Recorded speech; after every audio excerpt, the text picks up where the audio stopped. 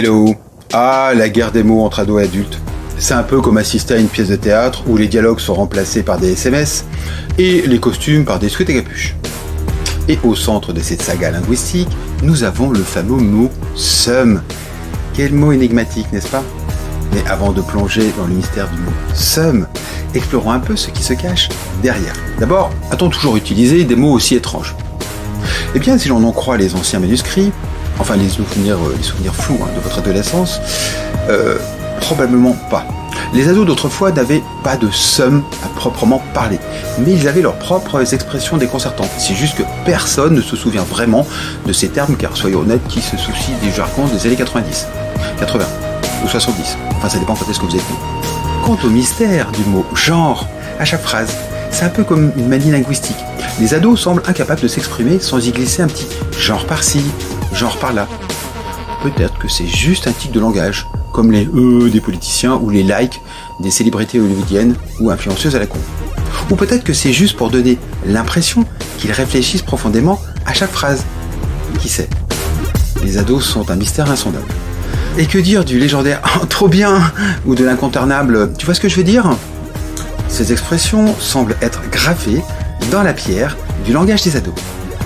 Peut-être parce que « trop bien » est le summum de l'éducation, ou peut-être parce que « tu vois ce que je veux dire » est la clé de voûte de la compréhension mutuelle entre amis. Ou peut-être juste parce que c'est cool, trop cool. Maintenant, comment réagir face à, en tant qu'adulte, à ce genre de tsunami et de termes bizarres? Eh bien, vous pourriez essayer de comprendre. Ou alors, vous pourriez simplement hocher la tête en souriant et en espérant que cette phrase passe aussi rapidement qu'une chanson de Justin Bieber. Mais sérieusement, prenez le temps d'écouter les ados. Même s'ils parlent un langage qui semble venir d'une autre planète, lointaine, très très lointaine, qui sait, vous pourriez apprendre peut-être vous-même quelque chose. Et puis on peut se dire comment réconcilier ces deux mondes, aux antipodes. Peut-être en reconnaissant que nous avons tous été des ados à un moment donné, et que cette phase plutôt de la vie est juste un rite de passage. Essayons de trouver un terrain d'entente, un langage commun, où les ados peuvent exprimer leurs sentiments sans avoir l'impression d'être jugés par les adultes. Et que dire de la sophrologie dans tout ça? Eh bien pourquoi pas? Si cela peut aider à calmer les esprits et à favoriser la communication, alors pourquoi pas? Après tout, nous pourrions tous bénéficier d'un peu plus de zénitude dans nos vies. En conclusion, ados du monde entier, continuez à être vous-même, même si cela signifie utiliser des mots que personne ne comprend. Enfin, nous les adultes. C'est ce qui rend ce monde si intéressant, après tout.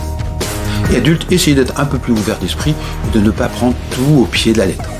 Nous avons tous été jeunes une fois, souvenez-vous-en.